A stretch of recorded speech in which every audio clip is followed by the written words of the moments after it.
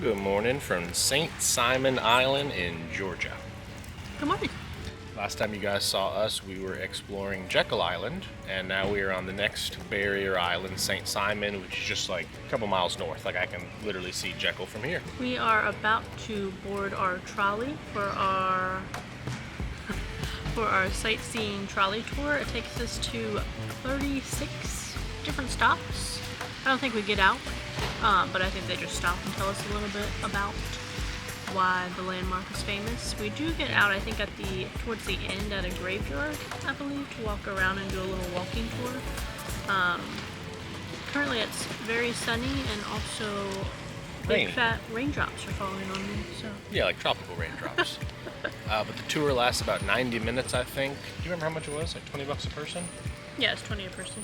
And it's air conditioned, which is pretty awesome. Yesterday we saw some trolley tours that were open station with no air conditioning, which is great when you're moving, but not so great when you're sitting still. The stop that you're at is on the water, and we just saw some dolphins hopping up.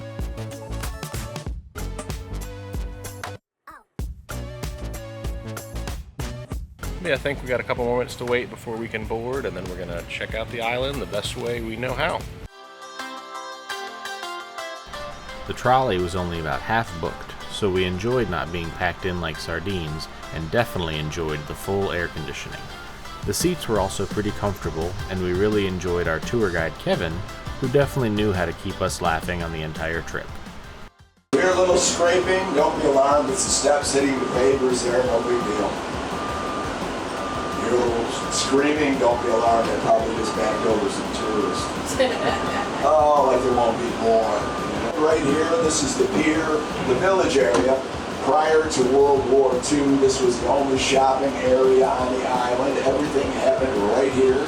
Still not a lot of great shops and restaurants. There's about 20 restaurants right around here. I'll point some out as we go along.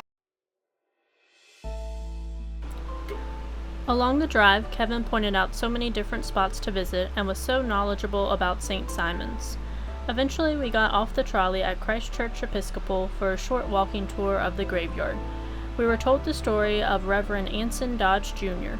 He fell in love with the church and rebuilt it in 1880 after it fell to disrepair. While it was being rebuilt, his beloved wife passed away, and to be sure to always keep her close to him, he had her entombed in the floor of the church, next to the pulpit where he would speak. After his death, she was removed from the floor and buried in the graveyard with her former husband. Then the skies opened up and we had to rush back to the trolley.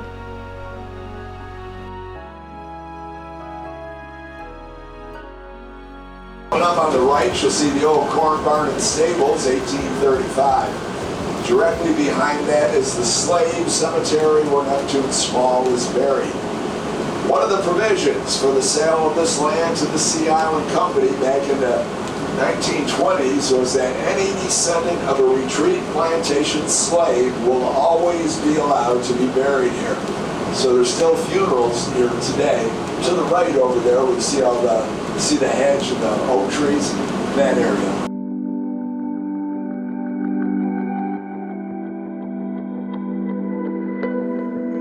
Well, we just finished up the trolley tour. It was very interesting. Lots of factual information about the island. Yeah, I think the guide talked like nonstop. Yeah. I think he said he lived here for like 30-something years, and he knew every in and out, every restaurant. He was naming everything. Very informative. Obviously, we didn't film everything because that probably would have turned into an hour-and-a-half video. But yeah, really awesome. Highly recommend taking the trolley. We did it first because we kind of wanted to get like a little layout of the whole island, and it kind of helps you understand where everything is and where not to go. We did get out a little ways towards the end of the tour and did a very short walking tour of a graveyard at a church, but it got interrupted by pouring down rain, so it only lasted about 3 minutes. Yeah.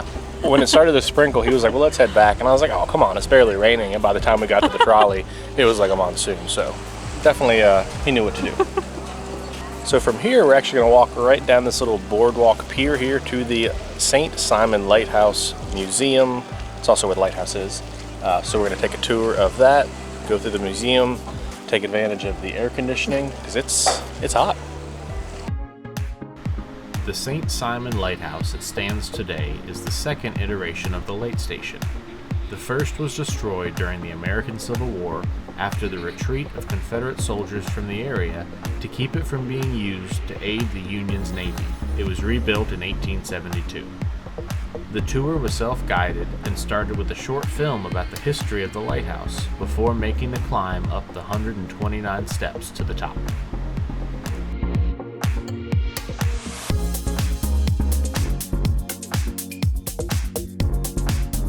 You gonna give a little post-climb interview? It's humid in there. 129 steps, not a breeze in sight. Way up here though.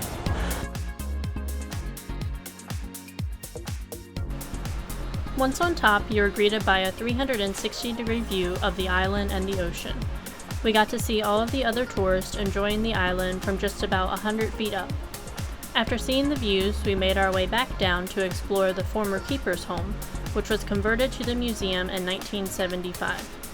They had a few old relics from the past on display, including glass from the original lighthouse, as well as Native American arrowheads. There was a lot of information of the duties of a lighthouse keeper and the upgrades it had received over the years, including the change from kerosene to electricity in 1934 and the complete automation of the lighthouse in 1953.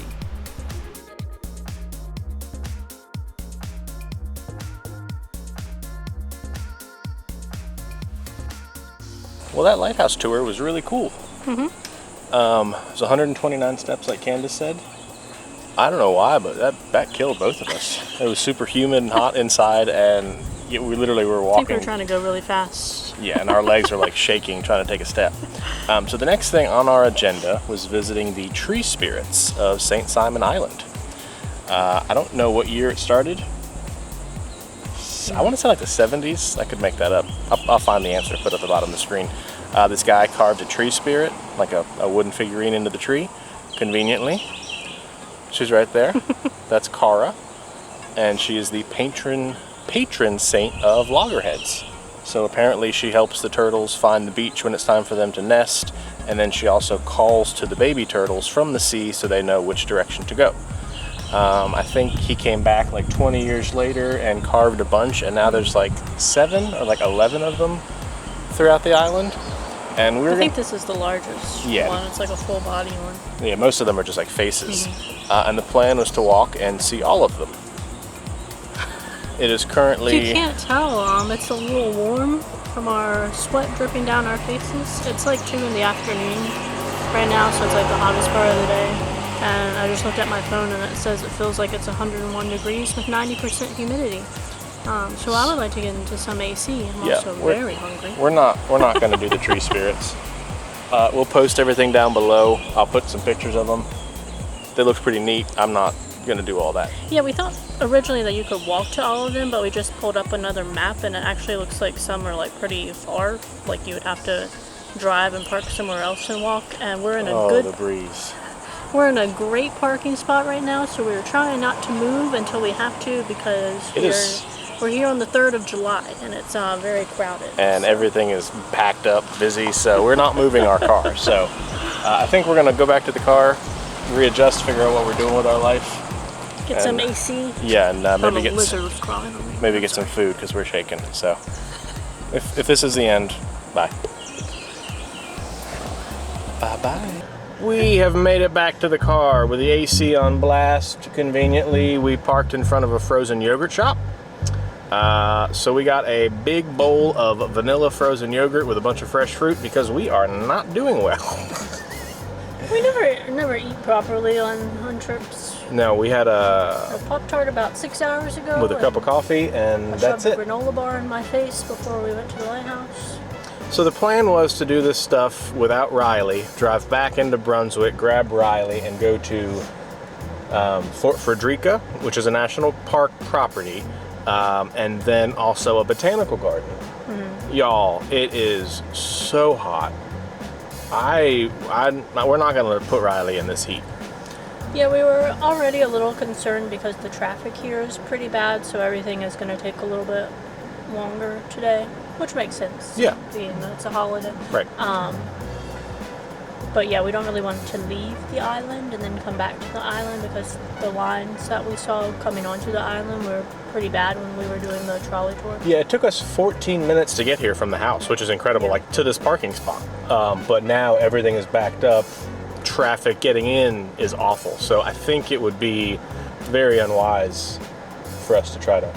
Yeah, and I'd be concerned about her overheating, so. Yeah, and I'd also be concerned about us putting her in her backpack and then us overheating. So I just We're don't... already overheating. Yeah, I just don't think it makes sense for any of us to keep being in the heat because it is the middle of the day. We're gonna eat our froyo. Think about our decisions and choices in life. Maybe this will help cool our brains down. I'm literally have like a speech impediment right now. Yeah, we'll update y'all when there's something to update about. So I'm gonna do a cool spoon transition.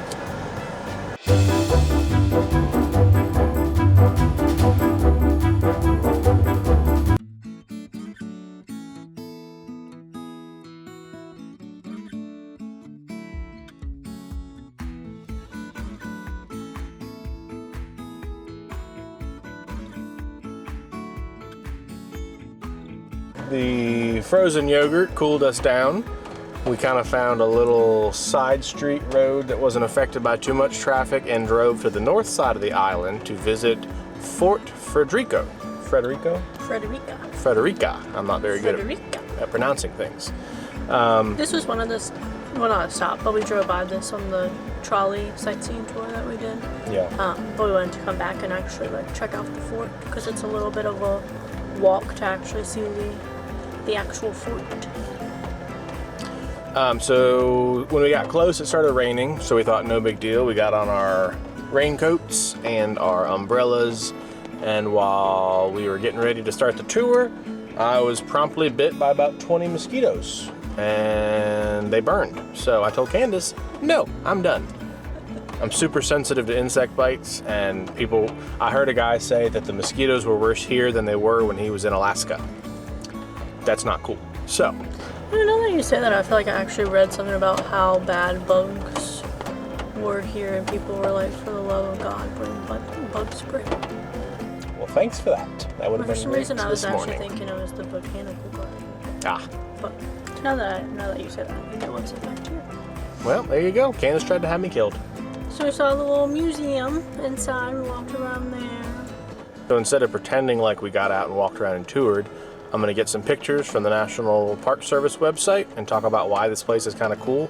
One of the interesting things that we learned about on the tour is that they built all of these buildings out of tabby, which is a mixture of crushed oyster shells, lime, sand, and water. So it's kind of like an early cement.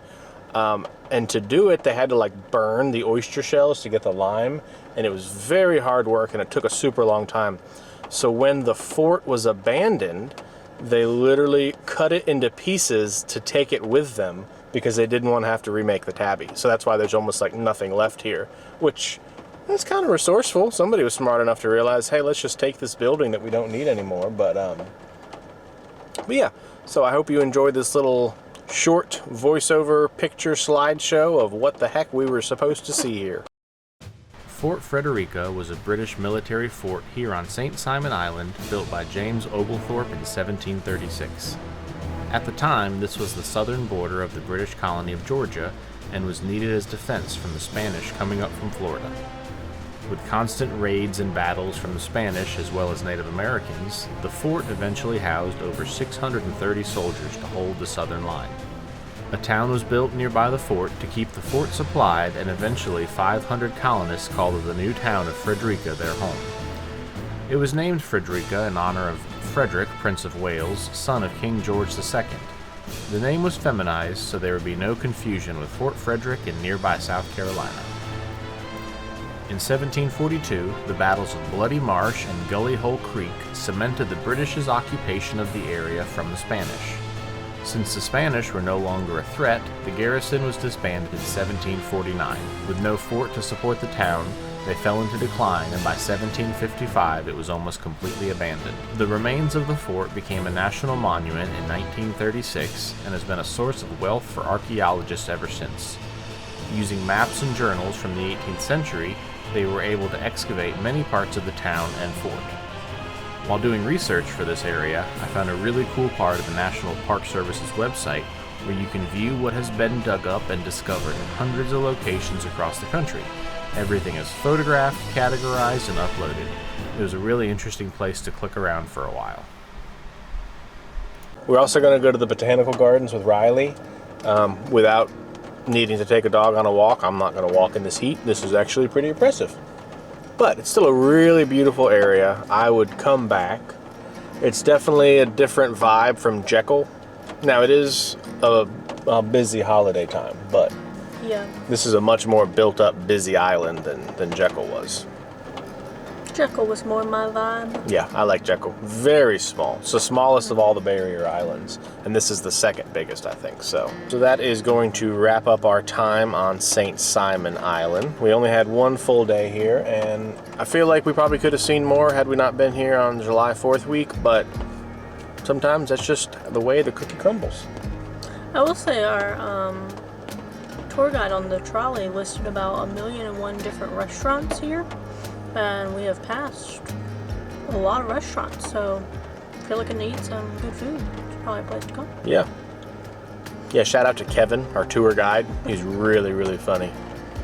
You know how tour guides always make like dad jokes? Yeah, he was really good about that. But in next week's video, we're going to be visiting Brunswick, Georgia, which is actually where our Airbnb is, and it's kind of like the jumping off point for all of these little small barrier islands. I think that's where the ferry used to be before the bridges were built to get to these islands. I think you caught the ferry in Brunswick to come to these different places. So we'll see y'all in Brunswick. Thanks for watching Riley Roams. Click subscribe to keep up with all of our latest travels, and don't forget to click that like button too.